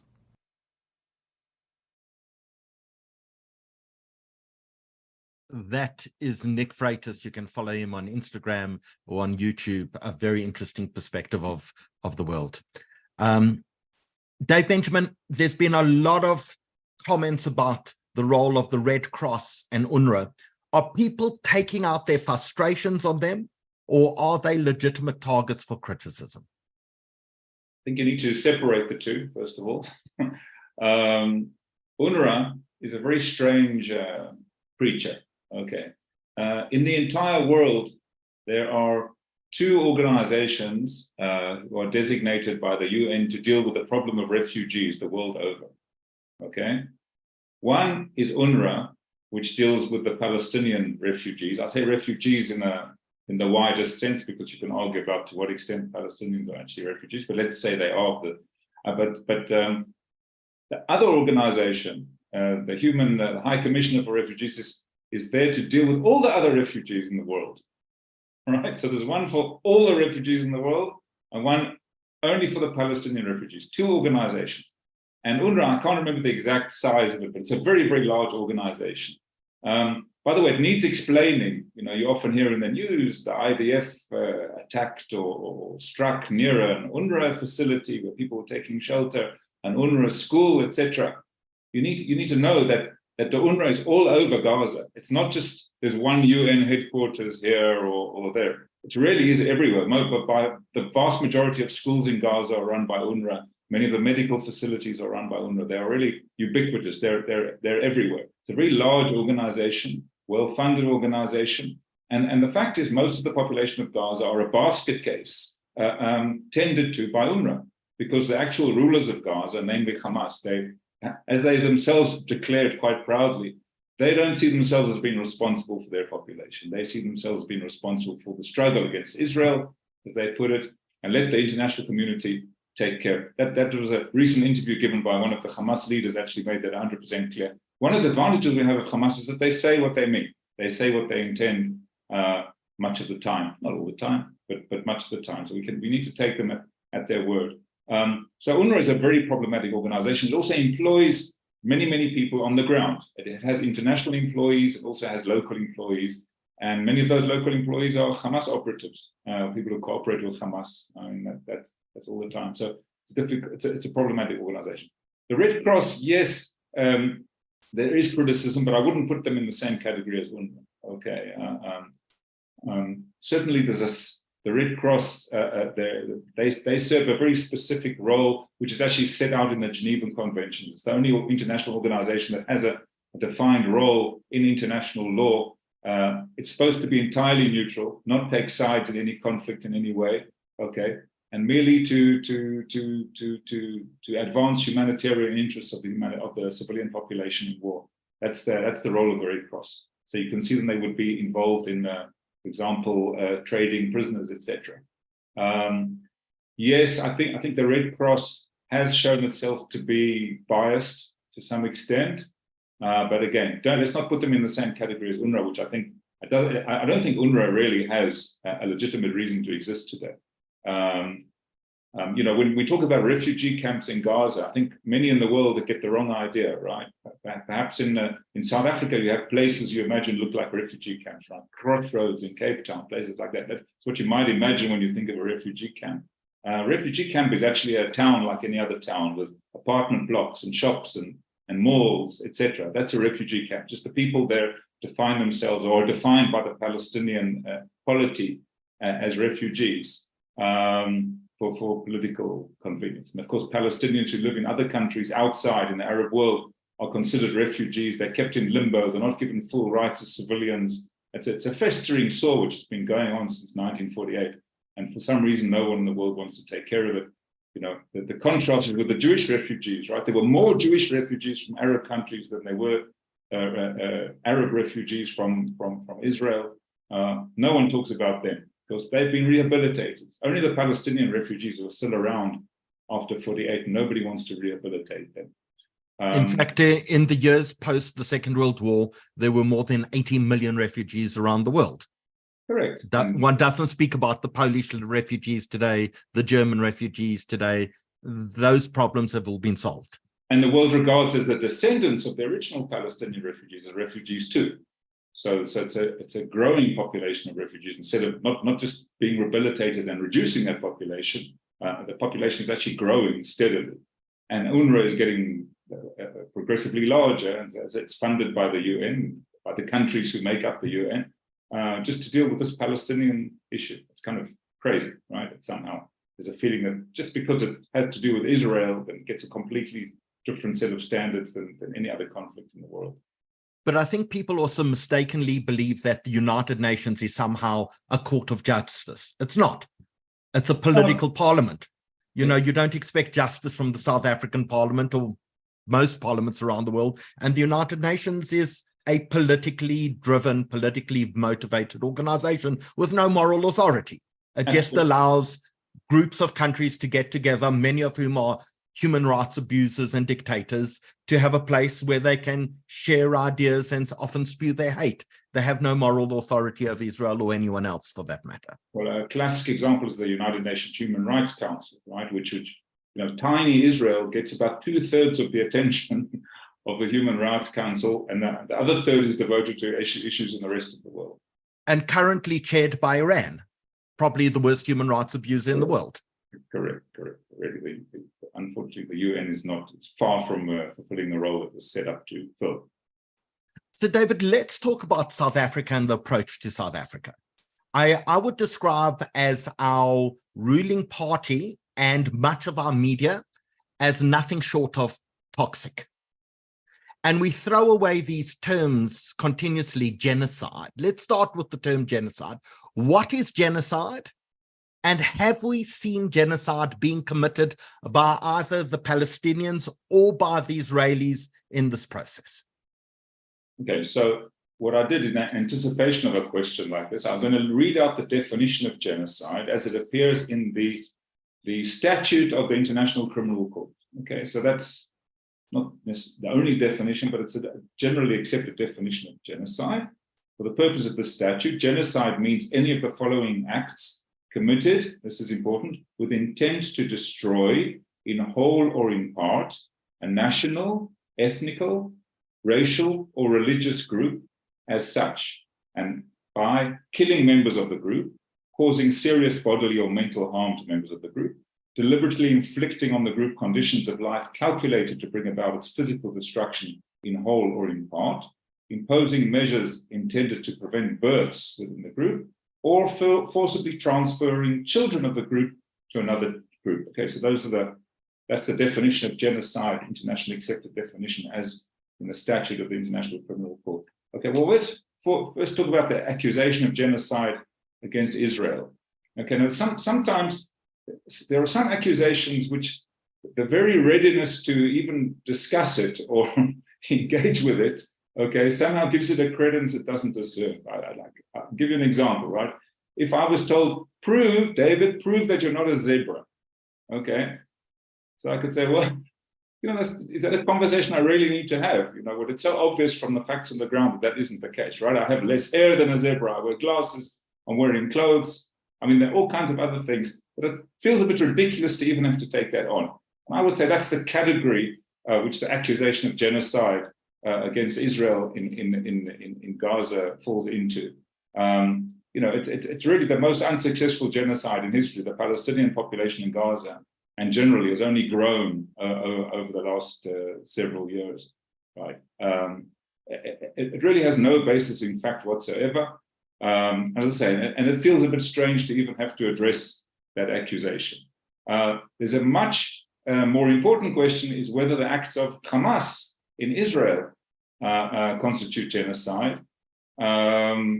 So this depends on how willing you are to take Hamas as they really are and not as the way they brand themselves, okay? Because Hamas has an original charter from 1988, and there it's pretty clear that one of the aims of Hamas is to kill Jews wherever they find them, okay? It says that pretty much clearly in that charter. What they've done, obviously with some PR advice, is to rebrand themselves in a 2017 charter.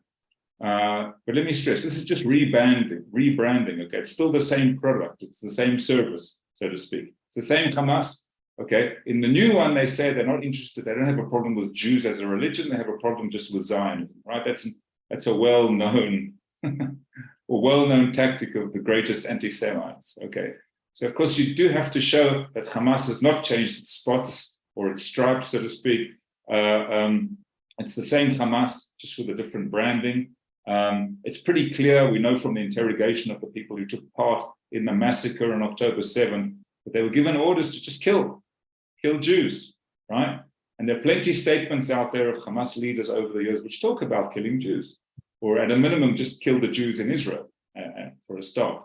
So does that qualify as genocide? Well, you don't necessarily have to succeed in the mission. Even Hitler didn't succeed in wiping out the Jewish people, okay? But with the intent to destroy in whole or in part a national, ethnic, there's ethnical, if there's such a word, racial or religious group. So I'll leave that to the jury, but I think there's a strong case to be made that Hamas has committed genocide in its actions of October 7th. The firing of, we've had more than 10,000 rockets fired by Hamas at Israeli civilian centers. Is that a crime against humanity? Is that a war crime? That's definitely a war crime. Indiscriminate attacks against civilians, absolutely, it's a war crime. I actually made a list here of all of the crimes that Hamas can be accused of. It's quite an extensive list, just about every crime, but they're very, very clear examples. If you want, I'll read out the list if you think. Why don't you select 2 or 3 just to give us kind of almost a sense and a flavor? Okay, there's murder, there's torture, there's rape, there's taking hostages, persecution, utilizing the presence of a civilian or other protected person to render certain points, areas, or military forces immune from military operations. That's what we call human shielding. Conscripting or enlisting children under the age of 15 years into the national armed forces, using them to participate actively in hostilities, intentionally directing attacks against the civilian population, against civilian objects, making improper use of status, civilian status, or the uniform of the enemy, pillaging. I mean, that's got any more? Okay, I think that we can suffice with those. I think it's a fairly impressive list. By the way, which are all open and shut cases. These are all open and shut. They've all been committed in full view, and as you pointed out, proudly filmed by the perpetrators.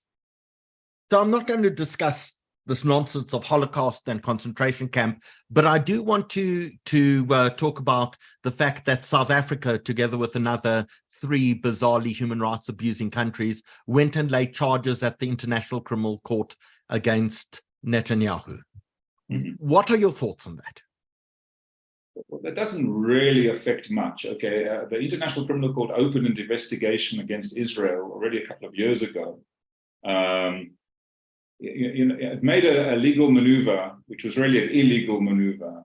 It adopted a legal fiction that really has no basis in international law. And the legal fiction was that there is a state of Palestine capable of acceding to the jurisdiction of the International Criminal Court. If you ask Palestinians what is their aim, right? Ask Mahmoud Abbas, what do they want? They want a state. They themselves don't think they really have a state. Okay, there's an insistence by the world, okay, for the purposes where you can bash Israel somehow, for example, in the International Criminal Court, to recognize the Palestinians as a state. The court said, yeah, well, because the UN General Assembly, as you correctly said, Howard, is really a political organization, they recognize Palestine state as an observer state, okay, as an observer state.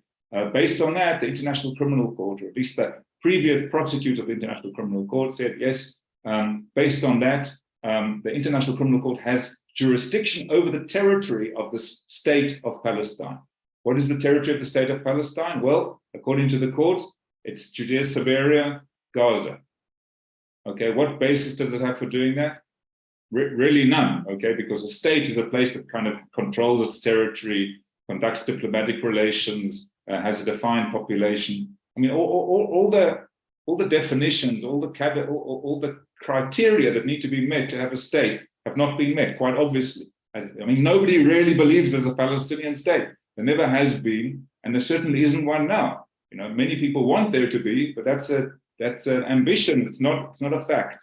And yet the International Criminal Court behaves as if there's a Palestinian state. By so doing, they say they have jurisdiction over the territory of that state. and actions that, or crimes that are committed on the territory of that state. So that's been already going on for a while. It accepted jurisdiction according to the request of the Palestinians, and the date is very, very telling. 2014, just after those kids were kidnapped. If you remember, the 2014 conflict erupted after the kidnapping of some Israeli teenagers. That the date, the cutoff date, like before which the court will not have jurisdiction and from which they will have jurisdiction, was exactly after that. So that particular crime committed by the Palestinians wouldn't fall under the jurisdiction of the court.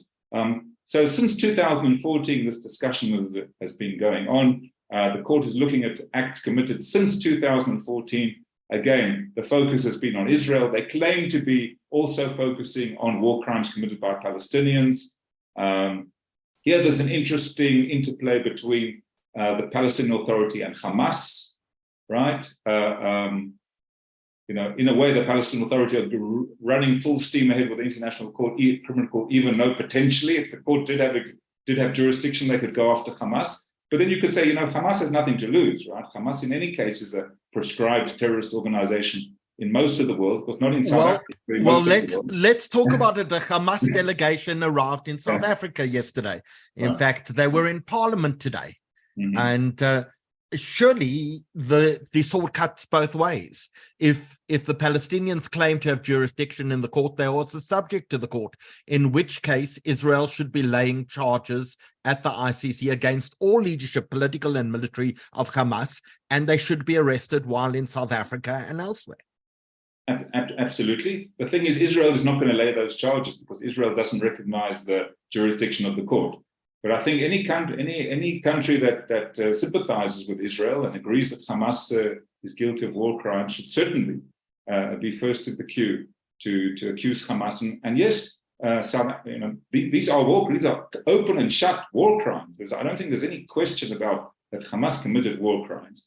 And if South Africa was a faithful member of the International Criminal Court, they would consider arresting the members of Hamas. But of course, there was Omar al-Bashir who also made a visit to South Africa.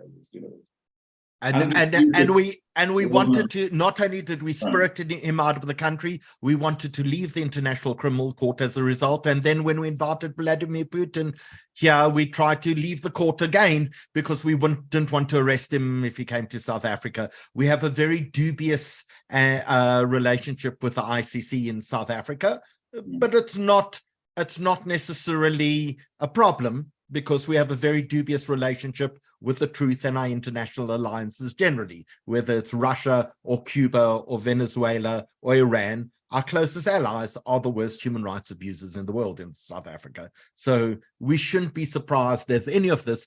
And we mistakenly believe that somehow a government as corrupt as our own should be consistent in its relationship with the rest of the world. Well, I think it's very unfortunate, Howard, what you described, because maybe I'm being a bit idealistic. I am an idealistic person. I made Aliyah, I came to Israel, so I am an idealistic person. But I always thought that South Africa, with its experience, its wonderful example of how peoples can, with all the problems, without denying the problems, but how sort of different peoples can actually, at the end of the day, sort of make peace and get on with each other. There could have been a shining light, okay. And being able to share of that experience, and perhaps especially in the Middle East, where there's such a critical need for that. But South Africa has really written itself out of the story by being so blatantly down on one side, and not just on one side. We're not talking about just supporting the Palestinians, right? Supporting Hamas is really off the table. Okay, remember that the Palestinian Authority are arch enemies of Hamas. Okay, most of the Arab world regards Hamas as an enemy. So South Africa is really, really going to the very extreme of the field, okay, by embracing Hamas. It really doesn't make sense to me in terms of what South Africa, my understanding of what South Africa wants its place to be in the world. But that's for you guys to sort out. Well, we probably have time for just one or two last questions from members of the audience. So if you do have a question, please ask that question now. As we speak about Hamas not only just being closely aligned to the African National Congress in South Africa, having been to South Africa and being guests of the ANC on a number of occasions, but also Hamas office in Cape Town. And it was very interesting today to see the spokesperson of the cabinet, the minister of the presidency today say, well, we're not aware of a Hamas office in Cape Town. All she had to do was go onto Google and the photographs are there and the address is there. And she wasn't aware of the Hamas delegation in South Africa, despite the fact that today they were in parliament a few meters away from her office. We seem to be very ignorant of what's happening in the world around us. And it did, let us not forget, take 9 days for our president to even mention the 7th of October massacre. 9 days. And on day number 8, he put on a kafir, as did the entire cabinet, and expressed undying support for the Palestinian cause, after having just had 1,200 Israelis massacred in one of the worst human rights abuses of the modern era. And that's the side we choose on. And that's our challenge that we have as South African Jews, our moral obligation to oust the ANC from power and replace it with a far better government than the one we currently have. Hilda says she's seen the Hamas offices, which are above Buitengracht Street in Burkaap. Terry Rendell says, I must come home. Terry, I am home. I have multiple homes, and I am determined to get this home right as well. Dave, there have been no questions that have come in, additional questions, so it would appear that you've answered all of these remarkable, difficult, complex legal issues for us. The one amazing thing, and I just want to comment, is the world called for corridors for people to leave northern Gaza to escape the conflict, and the moment they did, I saw Israel was accused of ethnically cleansing people by allowing them to escape the conflict zone. So the level of hypocrisy is just unbelievable. I see Joanne saying, thank you, Mr. Benjamin. I now understand the distinction of law between human rights and the law of humanity and some of the differences and why war crimes committed, etc. Much appreciated. But Dave, the last word is to you. Give us your hopes, your dreams, and tell us about a better future in the years ahead. Well, actually, I think if there was a generally wider, greater awareness worldwide of what the law actually says, of what international law actually says, rather than what people think or assume, we'd be a lot better off. I have to say, my experience as a lawyer, right, in countries around the world, is that certainly people in the militaries of countries and people in the government, or the people who deal with security, people who actually have responsibility for security, they do understand, they do get it. This may sound strange. I think Colonel Kemp could have confirmed this, but after each Israeli military operation in Gaza, foreign militaries literally stand in line to study the Israeli methods of operation. Okay, they regard the Israelis as being somehow really in the front lines of the ability to conduct complex military operations against these sort of non-state asymmetric actors, and doing so in a way which is effective in the sense of being able to destroy military targets and drastically reducing what we call the collateral damage, the damage to civilians and civilian objects. So as bad as the statistics may sound, remember, because the statistics you're getting from Hamas, the actual numbers of casualties, etc., will come out much later. Okay, after Israel and others have managed to research exactly. What you're not also getting is the breakdown between combatants who've been killed and civilians who've been killed, which obviously is a very important distinction too. I can say, just as a matter of fact, if you compare the Israeli military and how it operates and the statistics in relation to its operation compared to similar theaters of war in other places, you'll see that the ratio of combatants to non-combatants who have been killed, who are casualties of war, is actually very low, okay, relatively. Again, it's a terrible tragedy, okay, and every person with humanity and every person with a conscience is going to be deeply, deeply troubled by any civilian casualty, by any innocent person being killed. But again, it's war, it's different. You have to look through different glasses. You have to take that leap into this different world, this ugly world. It's out there, okay, and it works by different standards, different laws, different things that are generally illegal become legal. If people are willing to do that, okay, without bias, without taking sides in the conflict, without sort of saying, okay, just because one side is the underdog, they need to get a free pass on these things. Okay, if it's objective, strong doesn't always mean wrong. Okay, that's an important principle to remember. So I think if just people be more objective or educate themselves about what the law actually says, about look at what Israel, the way Israel actually operates, things which actually are quite clear, even though there's a lot of destruction in Gaza, if you see the way it is, you can see that it's targeted, you can see that it's in specific places, it's not just arbitrary, it's not indiscriminate. Israel has been consistent. Don't be confused by the bluster of some of our leaders. Okay, just look on the ground, and I think you'll see that actually Israel can both defeat Hamas and abide by international law at the same time. That's my firm belief. As long as political pressure and diplomatic pressure won't be brought to bear to prevent us from doing so. Amazing. David Benjamin, thank you so much for joining us this evening. And if Colonel Kemp is watching us still as well, a huge thank you. We've had two great intellects and two experts, literally international experts in their field, speaking to us this evening. It's been such an honor and such a privilege to be able to speak to you both. And of course, the thousands and thousands of people who've watched us this evening on Zoom, on YouTube, on Facebook.